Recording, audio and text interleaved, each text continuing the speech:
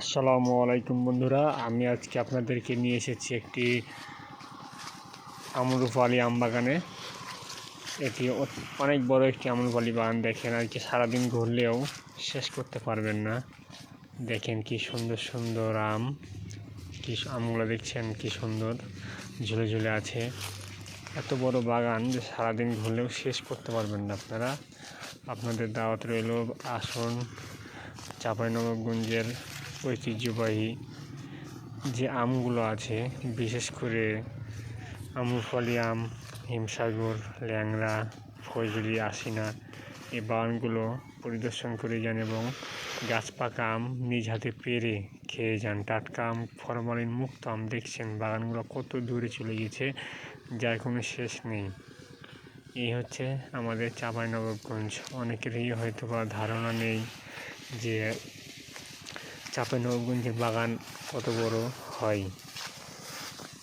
আসলে আমরা সবাই রাজশাহীর আম বলি, কিন্তু রাজশাহীর ভিতরে অরিজিনালি আম উৎপাদন হয় চাঁপাইনবাবগঞ্জে বেশি, দ্বিতীয়তে হয় নওগাঁ জেলায়।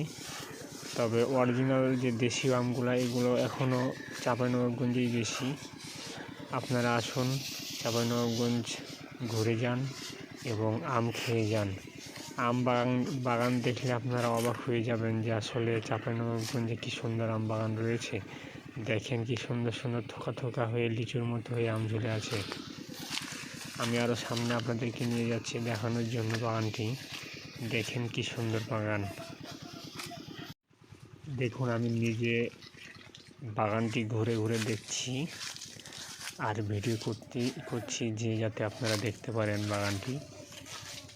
দেখেন কত বাগানটি ঝোপঝাড়ের মতো হয়ে আছে, ছড়িয়ে ছিটিয়ে আছে, যা আমাকে নিচু হয়ে পার হতে হচ্ছে, হাঁটাও যাচ্ছে না ঠিকভাবে, এত পরিমাণে আম রয়েছে।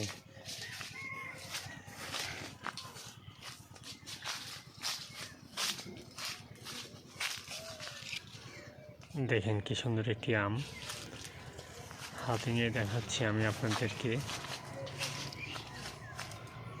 দেখেন একটার পর একটা আম, সুন্দর সুন্দর আম। যেটা দেখছি সেটাই মনে হচ্ছে হাতে নিয়ে দেখি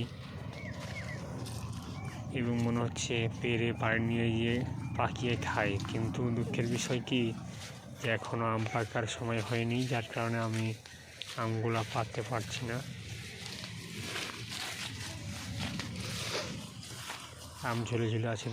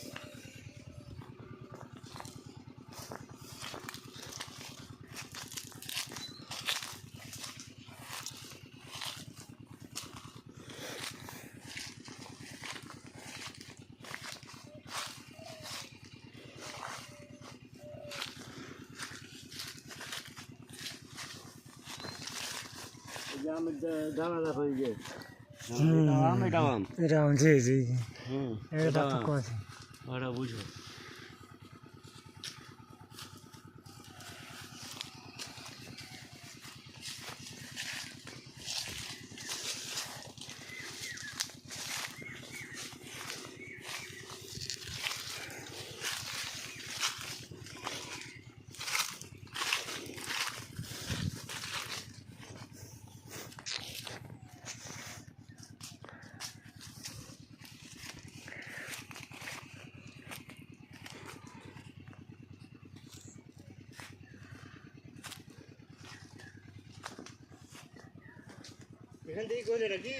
হ্যাঁ হ্যাঁ আব্বা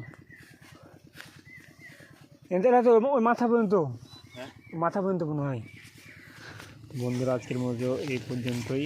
ভালো থাকুন, সুস্থ যেটা ঢুকমই থাকুন মাথা এবং পর্যন্ত। ভিডিওটি ভালো লাগলে আমার চ্যানেলটি সাবস্ক্রাইব করে দিন এবং বেল আইকনে চাপ দিয়ে পাশেই থাকুন। আসসালামু আলাইকুম।